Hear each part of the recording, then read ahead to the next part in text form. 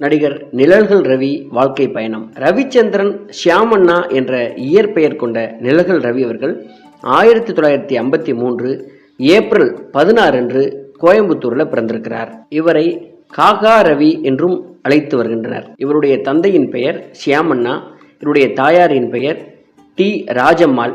பாரம்பரியமான குடும்பத்தில் பிறந்த நிழல்கள் ரவி அவர்கள் கோயம்புத்தூர் PSG கலைக்கல்லூரியில் பொருளாதாரத்தில் இளங்கலை பட்டம் படித்திருக்கிறார்.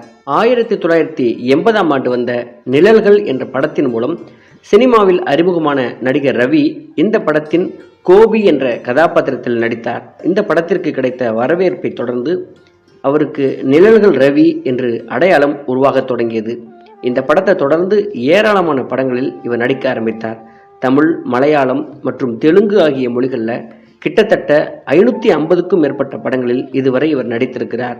வேதம் புதிது, நாயகன்,